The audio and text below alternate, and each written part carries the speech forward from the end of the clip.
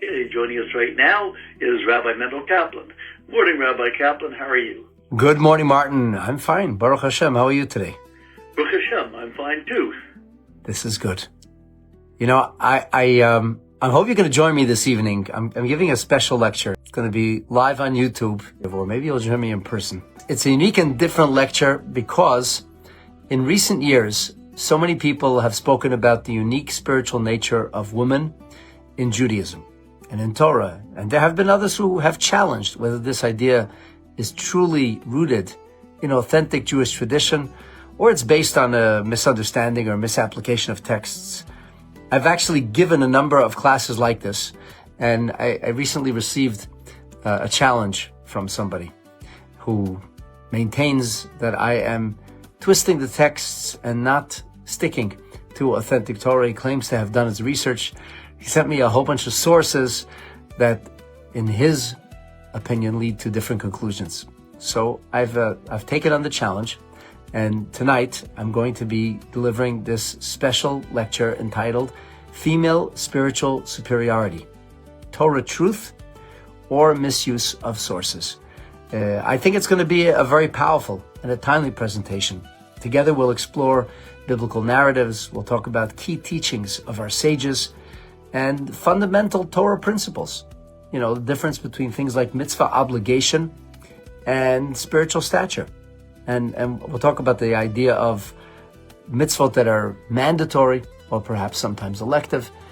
It's so important to understand that Torah is not monochromatic. And we have this concept of pardes, which means that every nuance, every detail of Torah has a legal, a technical, as well as an ethical, a mystical, and spiritual meaning.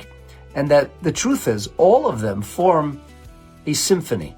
You can't fully understand any detail of Torah without understanding all of the different dimensions of Torah. And that's going to be the focus of this lecture.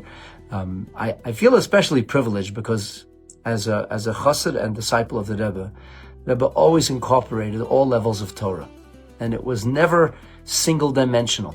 It was always really a multi-dimensional, all-inclusive kind of Torah teaching. And it is by virtue of the Rebbe's illuminated teachings that I am going to continue to do my research and investigation over the next couple of hours. And I hope, with Hashem's help, that this lecture will be on the mark, meaningful, impactful, and uplifting for everyone. I'm doing it especially in honor of 𝗖𝗹𝗿𝗶𝗳𝗶, which was yesterday, the 𝗖𝗹𝗿𝗶𝗶 of Rebbe 𝗖𝗹𝗿𝗶𝗶𝗶, the Rebbe's wife and soulmate.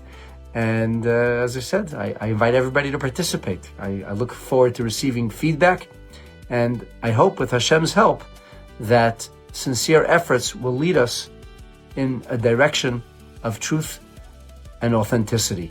And especially in today's day and age, where there's so much confusion about the roles of men and women and the concept of gender altogether, perhaps this is the kind of Torah teaching that is more relevant and pertinent than ever before. What do you say, Martin? Well, it certainly sounds interesting. And of course, as you say, nowadays, you know, the lines are sort of blurred, and between the genders and you know, the rules of each, and whether they should even be rules, whether, you know, whether if a woman wants to do this or that, what do you think that a man does? You know, perhaps she should be allowed to. I don't think that the question is what a woman should or shouldn't be allowed to do. I think the question is whether the Torah specifically identifies and spells out the roles that are unique to different genders. And in fact, the Torah does. The concept of gender is a Torah-based concept. Torah is eternally true in every time and in every place. It doesn't change. It doesn't shift. All the while that there is exactly those kinds of shifts and changes happening societally and in the mores that seem to transform like the flavors of ice cream.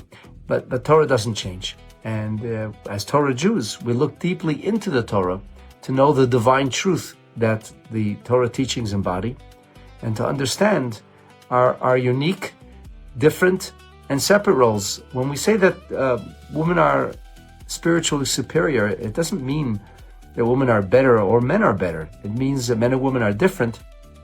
There is, to be sure, a superiority that is found within each. We really don't have to look much further than last week's Torah reading, where Matan Torah is introduced to the Jewish people, but Moshe Rabbeinu was told first to speak to the woman.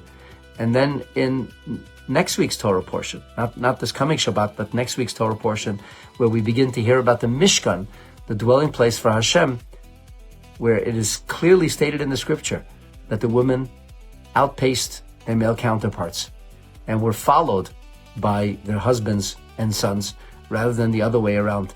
These are two key narratives in not only the history of the Jewish people, but the ongoing quest to make our world a godly and a goodly place. These will be two foundational narratives that will be original points of departure. And as I said, I think we'll be discovering and sharing many, many interesting things this evening. By the way, if any of our listeners aren't yet subscribed, I encourage them to subscribe to my YouTube channel. There's no charge. And if you enable notifications, you know whenever I go live at this youtube.com/𝗵𝗵𝗁𝗁. We go live at 8 p.m. this evening. Of course, everybody is invited to join us in person at Chabad Flamingo. And hopefully, as we continue to study Torah and be uplifted by its messages, we can live lives that are more impactful, lives that are more meaningful, lives that are dedicated to bringing about the transformation of our world from a dark and difficult place into a place of light, love, and beauty. That's the world that we will soon hopefully realize with the coming of Mashiach, 𝗖𝗹𝗿𝗶𝗳𝗏, speedily, and in our days. Amen. Amen. Okay, thank you so much, Rabbi Kaplan. And remember, folks, tonight, 8 p.m., youtube.com/𝗵𝗵𝗁𝗁. Be'ezrat Hashem, I'll be streaming live here on Facebook as well. God bless you all. I look forward to seeing you back this evening. Have a beautiful day.